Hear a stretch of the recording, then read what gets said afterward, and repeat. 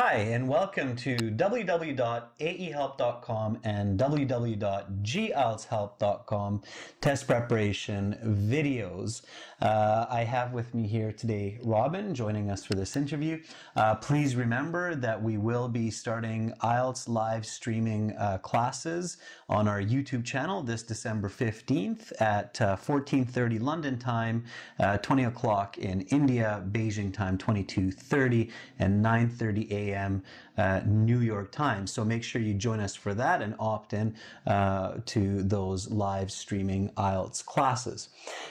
Today, we will be talking about how the answer sheet works for IELTS. It's very important for all of you students to understand how the answer sheets work for the listening and reading sections of the IELTS. So that you can avoid mistakes and make sure you get the maximum score possible. We'll talk about a few do's and don'ts, and we will be putting some examples up here on the board for you so that you can see what kind of answers students have given that work and that don't work. So before we begin, Robin, can you tell us a little bit about yourself and how you know so much about IELTS? Sure. I have been working with IELTS for about 15 years. I have marked thousands of IELTS listening and reading test papers, and I've trained people how to mark these papers. It's a very standardized way to mark. I've seen lots of people lose easy marks. We can't give them a mark because they didn't answer it the way it's supposed to be answered. So we're going to try to help you get the optimum amount of marks by avoiding simple mistakes and getting that mark, which could get you your band score. Sounds great. Okay, then I'd like to ask you some questions on how we can do that. So first of all, let's put up here what an answer sheet looks like for the reading and listening section. So if you look here, this is a standard IELTS answer sheet where you will have 10 minutes to transfer your answers. On the answer sheet, first of all, where should I be putting my answers and where shouldn't I be putting answers? Okay, well, first of all, when you start your IELTS test, before the test begins, you have to fill in your personal information. Your invigilators will help you get that correct from your desk label and getting that on. That's the only thing you should write on before the test begins. And then for listening and reading, there's 40 questions each. You should be writing the correct answer in the correct box. That's it. Do not write in the marker use only, the little X and check mark. That's for your markers. Do not write in the bottom part where your markers write your results. All you need to do is write your 40 answers in the correct amount of time. Do students write into where the examiners can write only, like into the X and the question mark? Does that happen? Have you seen this? I've seen it happen. It means we can't mark the little check mark if you put an answer there, so you want to avoid that. You really need to practice writing your answer in a small space and as clearly as possible. Okay, now to begin with, when I'm writing my answers in the space, can I use a pen on the answer sheet? Is this a good idea? Absolutely bad idea. Depends on your test center. Some test centers provide you with pencils. Some allow you to bring your own pencils and pens into the exam. On listening and reading, you must use pencil. They will emphasize again and again, you must use pencil. Don't mix it up. You can lose all of your results by writing in pen. Pencil means you can erase it. You can write the correct answer if you make a mistake because you do not get a second answer sheet. Okay, so bring a pencil and an eraser and use the pencil and the eraser, right? Yes. Yeah, all right, makes sense. How much time do I have to write my answers in the answer sheet, and when should I do this? So when should I actually put my answers into the answer sheet? Okay, for the listening, it's about a 30-minute listening test. You hear all the questions and you have 30 minutes to write the answers in your book. Write them as you go in the test book. At the end, you have 10 minutes to transfer your answers onto the listening test paper. Use your time wisely, write clearly. 10 minutes is enough. In reading, it's different. You have 1 hour to finish the test and finish your answers. So some people like to transfer as they go, or they save time at the very end to transfer the answers, maybe in the last 10 minutes.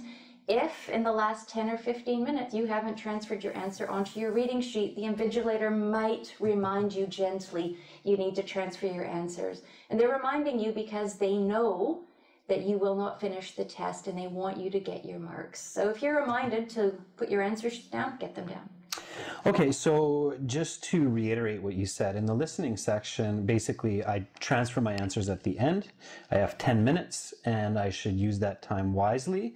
I should practice at home doing this because 10 minutes it's quite a bit of time to transfer 40 answers, and maybe even enough time that I can check my spelling or grammar as I'm doing these transfers for some of these questions.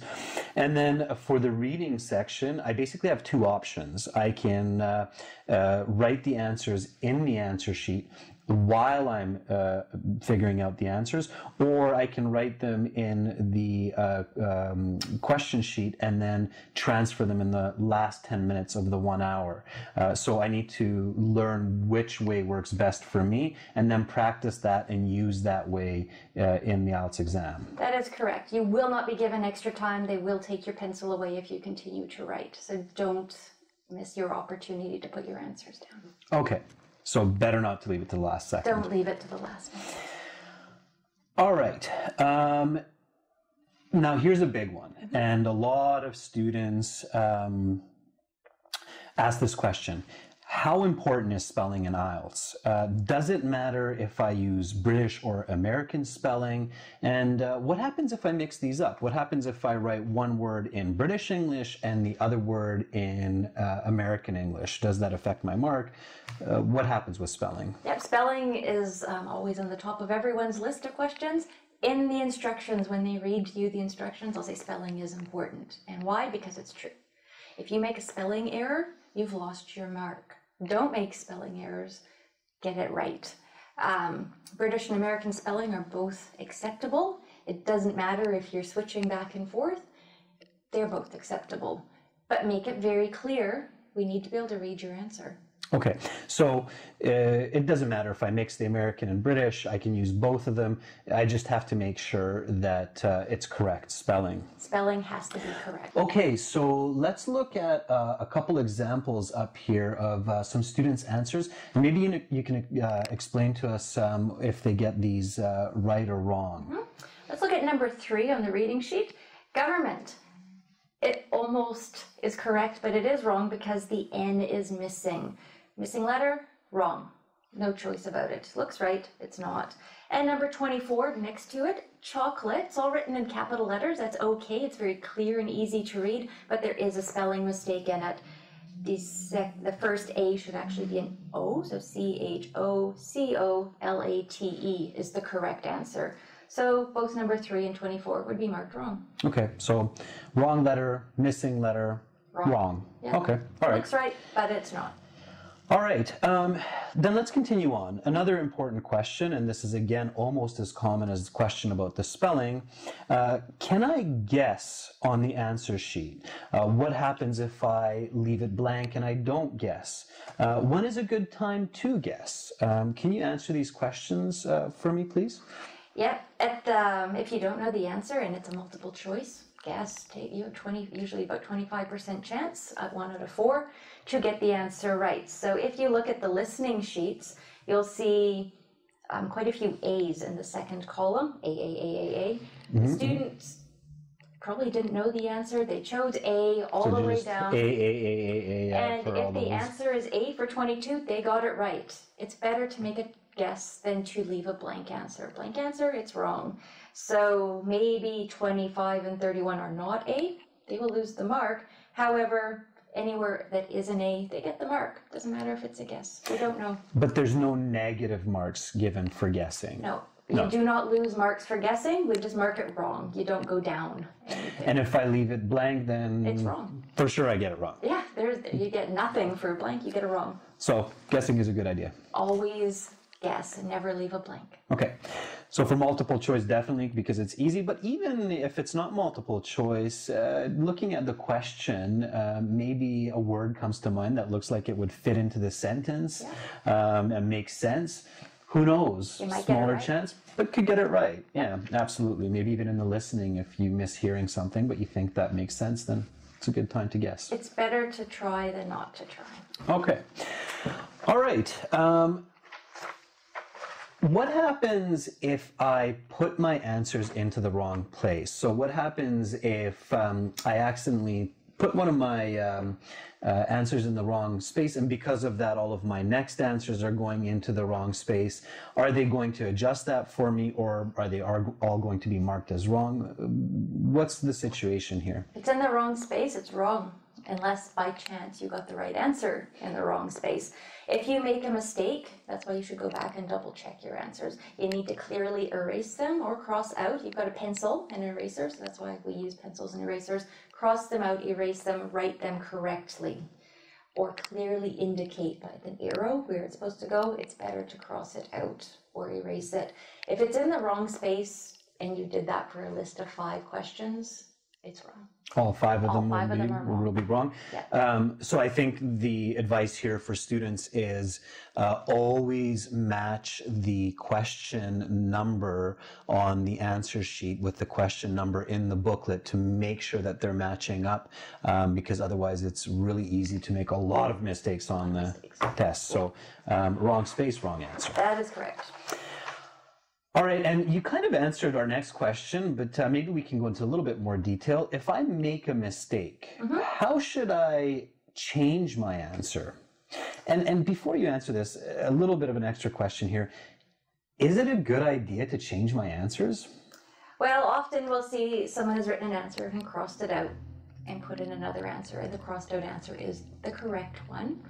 So sometimes your first impulse is the correct answer, but not always. If you are going to cross out or erase, do it clearly. You'll see on the reading sheet number 9, somebody crossed out A and wrote B very clearly. So if B is the correct answer, we would give the answer to B.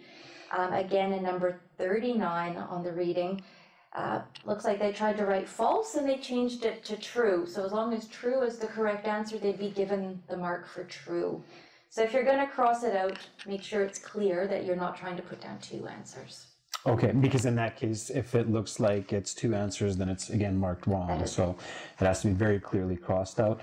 And definitely I've heard from psychology studies that, especially in multiple choice, first instincts are often correct. And I believe studies show that 80% of the time people will actually change correct answers to wrong answers. So in your multiple choice, it's almost a better idea to never change your answers. It's proven by research that your first answer 80% of the time will be the correct answer. So really only want to change answers if you're 110% sure that that it's a different answer than your original answer. Or you made a mistake writing.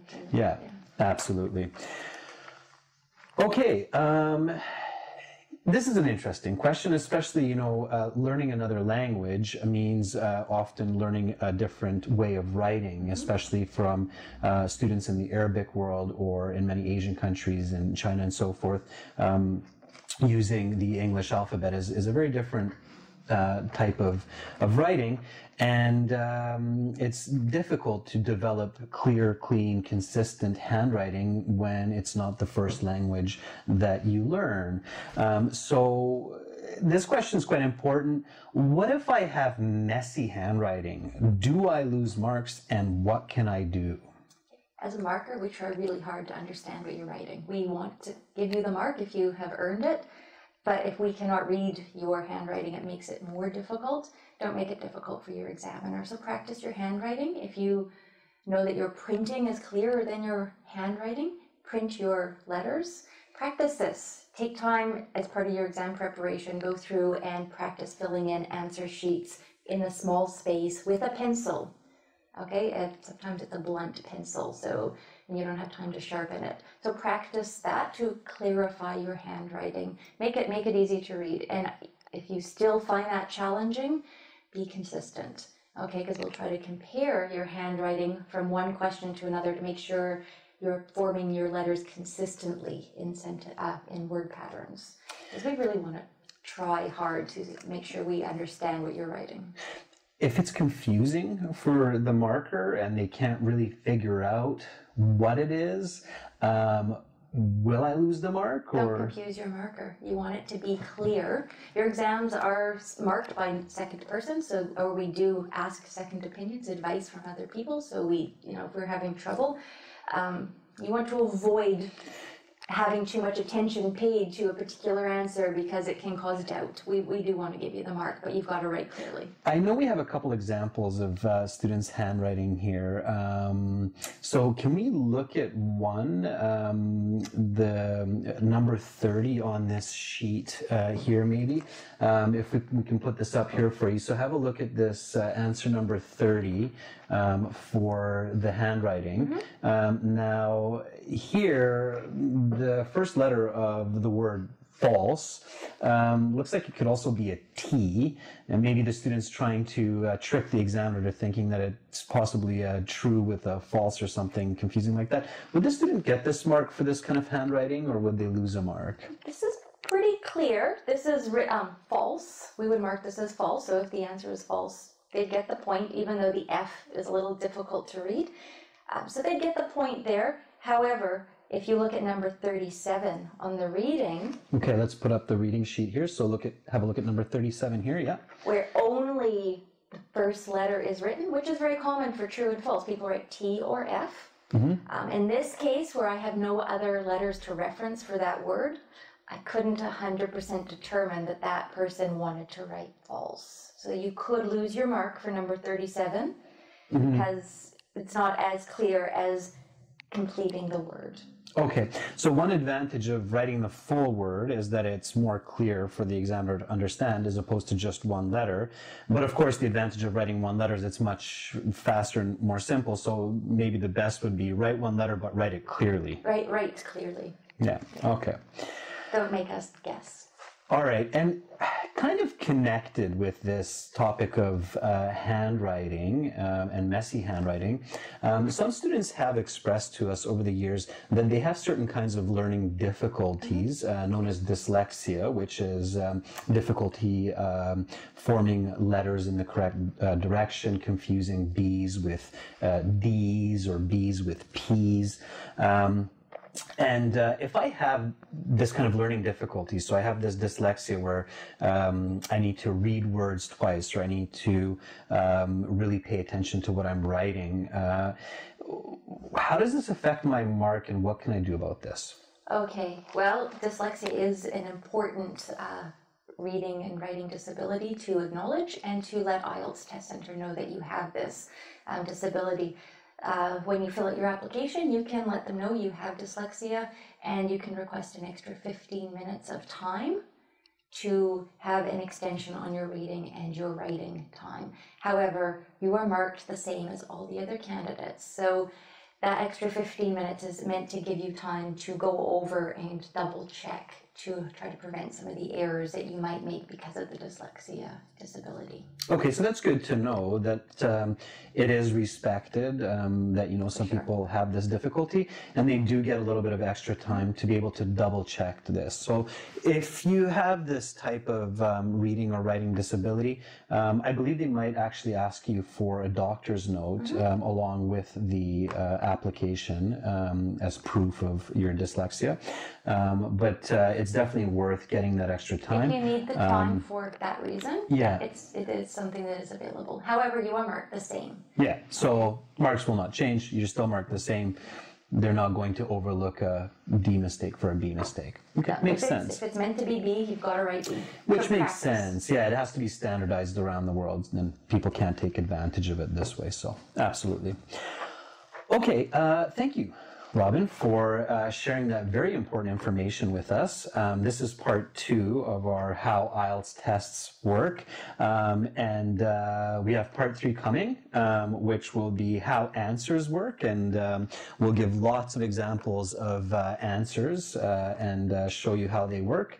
And again, what to do and what not to do. So join us again for that. And again, remember to visit us on our websites at www.aehelp.com for academic IELTS help and www.gieltshelp.com for general IELTS help.